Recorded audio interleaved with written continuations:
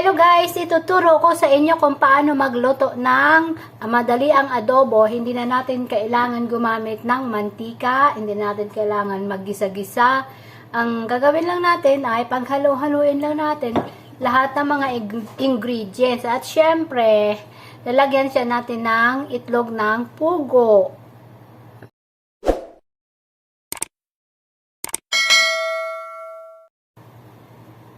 Ito yung ating manok guys. Ilalagay na natin dito. Ayan. At syempre, lalagyan natin ng isang teaspoon na paminta. Tapos, isang teaspoon rin na ginger powder guys. Ayan.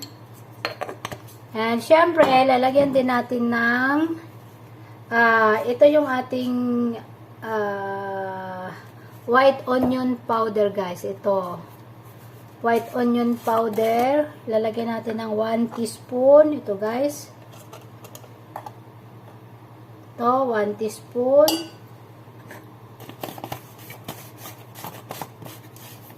At syempre, meron din tayong garlic powder. Ayan guys. 1 teaspoon din guys, ilagay natin. Ayan. Nalaglag na yung ating kutsarita. And syempre, ilalagay natin yung ating bawang na buo. Ayan guys, so 5 piraso. 1, 2, 3, 4, 5. At syempre, lalagyan natin ng toyo. Ilalagay lang natin ay tansyahin lang natin kung ilang yung ilalagay natin para magkulay doon sa ating adobong manok. Ayan. Bali, ilalagay natin ay 4 na kutsara. And syempre, lalagyan din natin ng dalawang kutsarang suka guys. Ayan. At syempre, lalagyan natin itong indupod. Ayan, indupod. Kasi instead na oyster sauce, ito na lang ilalagay natin. Konti lang guys, para pag niluto natin ay malapot siya. Ito guys, ayan. At syempre, hahaluin natin. Ayan. At lalagyan natin ng kaunting tubig. Tapos, papakuluan na lang natin guys. Ito. Ganito lang po yung paggawa ng adobo. Na mabilisan guys. Hindi na natin kailangan siyang igisa. Less cholesterol na siya kasi wala na siyang oil. And syempre, tatakpan natin ito. Mamaya ang konti dahil kailangan pakuluin muna natin siya para mag-absorb yung mga ingredients niya. Pagkatapos, pag mali, konti na yung sabaw niya, saka natin siya dadagdagan ng kaunting tubig hanggang sa maluto siya. Syempre, ang isusunod natin ilalagay ang ating itlog ng pugo. Ubusin ko na guys yung isang latang pugo kasi hindi naman pwedeng iluto to sa iba. So, dito na lang guys. Iubos ko na lang siya. Mas para may mapapak akong itlog ng pugo. Ayan. So, tara na guys at iluluto na natin.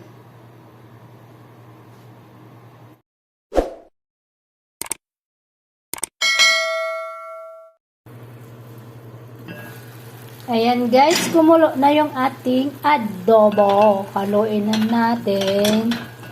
Ayan. Haluin lang natin siya at syempre, lagyan na natin siya ng kaunting tubig guys. Kailangan mainit na tubig guys. Ayan. At syempre, hayaan na lang natin siyang kumulo ng kumulo hanggang sa maubos yung kanyang sabaw guys. At matuyo na siya. Syempre, pag tuyo na siya, ay luto na.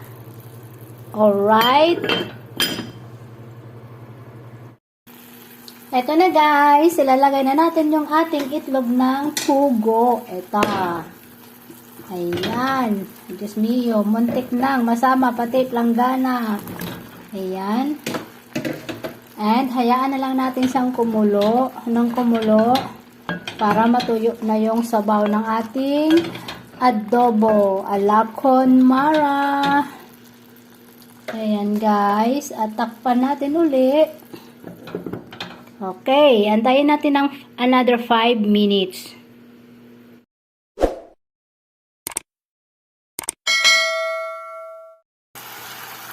Ito na guys, luto na yung ating chicken adobo at lalagyan natin ng sili. Ayan.